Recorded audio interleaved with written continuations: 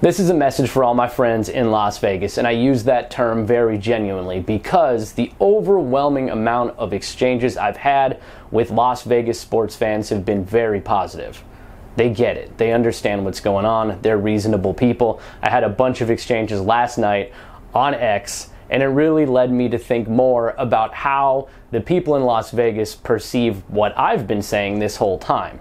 Now, I've always said that Las Vegas is a pro sports market. I've always said that Las Vegas deserves Major League Baseball, NFL, WNBA, NHL, even the NBA, and that'll hopefully happen soon.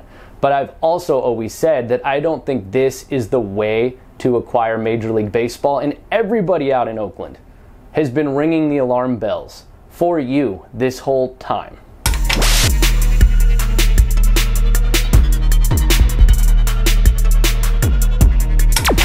It really seems like recent headlines surrounding the A's relocation agreement in Las Vegas, saying they cannot leave in a certain amount of time, is waking some people up out there. And it started with Jeremy Koo, who noticed that in the relocation agreement, up to 8 games for the A's could be played elsewhere, outside of Las Vegas, replacing home games. Now remember, to even get the numbers they need to get in the first place for this thing to pay off, for these bonds to make sense, for the $380 million not to hurt Vegas taxpayers, Nevada taxpayers, they have to basically sell out every single game. What happens when you take 8 games out of the equation, up to 10% of the games out of the equation? It really hurts the bottom line. Now, it seemed like an innocuous thing. It wasn't something I was even planning on recording a video about, but the reaction from people out there sort of waking up and noticing what type of people they're dealing with the Oakland Athletics ownership group.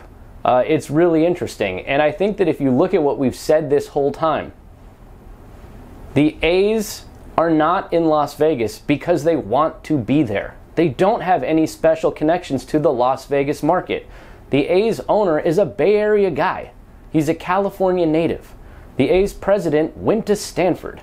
He's from Cleveland. He has no connections to Las Vegas. They're in Las Vegas because they see that as the fastest, cheapest, and easiest way to get a ballpark deal done. That's it. The only connection they have to Las Vegas are the lobbyists and the politicians that they gave money to get the deal they want. So they're saying now that they need to play 10% of their games away from Las Vegas because they need to be able to grow the team's brand and attract a new customer base. It's a really interesting thing to say when you've spent the last several years actively ruining your own team's brand, trading away all your good players, charging people more money to go to games with the players not even there anymore that you wanted to root for in the first place. How do you up the season ticket prices while cutting your salary? It just is exactly the way they've drawn this whole thing up. They've jettisoned fans in Oakland and the Bay Area. They did it intentionally, and now they're saying they have to play 10% of their games away from their own stadium in Vegas if they ever get it built to attract fans back into the brand. It was self-sabotage. Now they're hurting their own deal in Vegas. It's a really interesting look for the A's, and it's something that really jumps out because it's something that they could have easily fixed quickly. Reach out, talk to people. Make sure everybody knows that no, we don't really need to play these 8 games. We'll cut it back. It's not that important. But they let this fester into another gaping wound. And it's casting the doubts that they really, truly want to be there in the first place. You're seeing articles popping up all over the place about that now. Now again, I've maintained this whole time, I think the A's will end up in Las Vegas. But these things show the type of people that you're dealing with, that you're getting with this franchise. We've said all along, these are not serious people. The people in the Bay Area realized that. They had to stop at some point and draw a line, and that is why the team is leaving. Because they wouldn't bend over backwards and give them every last thing they asked for. The A's have gone about this process the whole time looking everywhere but their own wallet. And now they're in Sacramento and maybe Vegas, and they're doing the exact same thing. So yes, we've been cautioning you this whole time. SABOTAGE! The Bay Area has been warning you this whole time. And it appears that you're starting to pay attention. And I think that's important. And I think you really have to look at and consider their actions thus far. When they arrived on the scene, announced a binding deal to move to Las Vegas and get that land at the Wild Wild West site, they sought community input. The community in Vegas told them they wanted something off the strip. They wanted something where they had parking, not too much traffic. Locals don't like the strip.